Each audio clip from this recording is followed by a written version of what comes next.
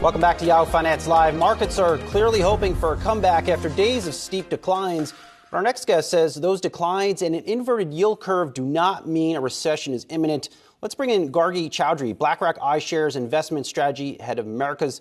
Gargi, always great to see you this morning. So we had a little discussion earlier on in the show about this 1.4% decline in U.S. GDP in the first quarter. Futures are shrugging it off. Is that the right move?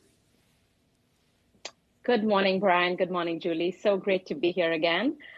So definitely a little bit of a surprise on the GDP print this morning. I think over the last couple of weeks, we were expecting this number to be a little bit weaker, but obviously the negative print may have caught some by surprise.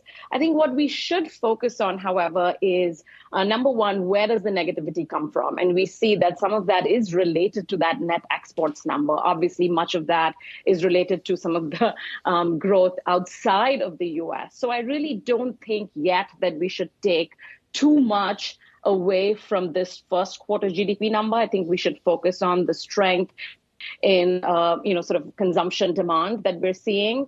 And I would also say that, when we forecast out the second and the third quarter GDP, I think we're not going to see some of the draws that from government spending, from net exports that we did in the first quarter. And I think that'll probably point towards a more resilient U.S. economy.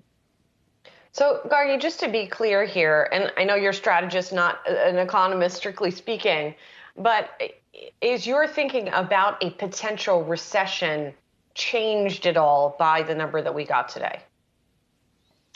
By the number that we got today, no, not based on this GDP number, which again, because of some idiosyncratic related to exports reasons, turned out to be negative. But look, I mean, broadly, if you compare what we have got over the last month, especially with China slowing down a little bit, especially with some of the shutdowns that we're seeing, is it fair to be a little bit more cautious? Perhaps. I don't think that means that we're about to enter into a recession, but I think we should look at the evolving data as it comes. And by the way, in the U.S. so far, even when we look at the earnings, so far the consumer seems to be in a good place. The labor market still looks extremely robust.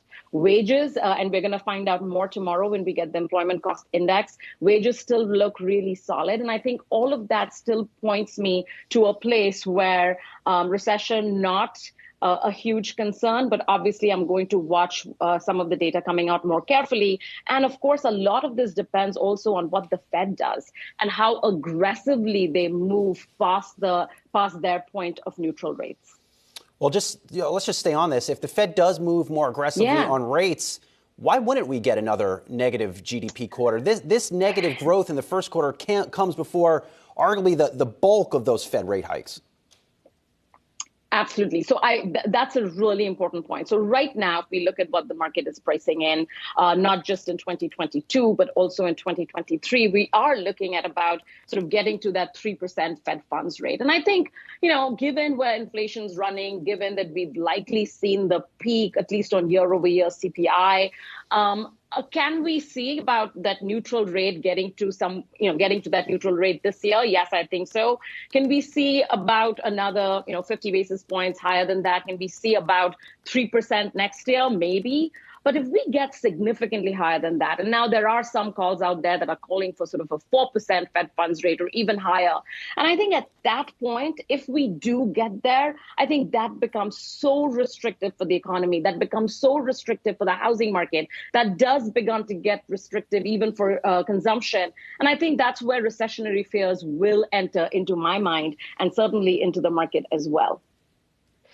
Gargi, we're running a little light on time because we dug into the GDP numbers, but I do want to quickly get your thoughts on the inversion of the 2-10 spread and what that means for what kind of stocks people should be looking at. Sure. So, we saw that 2-10s obviously get to inverted territory and then steepen back very significantly after that.